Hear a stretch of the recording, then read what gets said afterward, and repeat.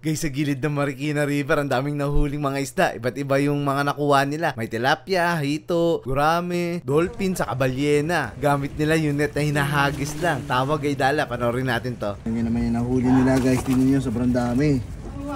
Ayan, ang laki oh. Isa sa mga nahuhuli dito sa Marikina River, napakalaki. Ang laki. Ayan. Puro hito ah. Hito talaga. Ano naman si Toto. Puro sa dala yan. Ang laki oh. Ang titibay nila oh. Kahit boy pa lahat oh. Tumakbo na oh. Napakalalaki mga hito ang kanilang nahuli. Ang dami. Tilapia nga. Ano, parang karpa. Hindi ba yan? Parang karpa yan. Parang karpa nga yan oh. Guys, parang ano siya. Hindi siya tilapia. Kamukha lang. Chloroom.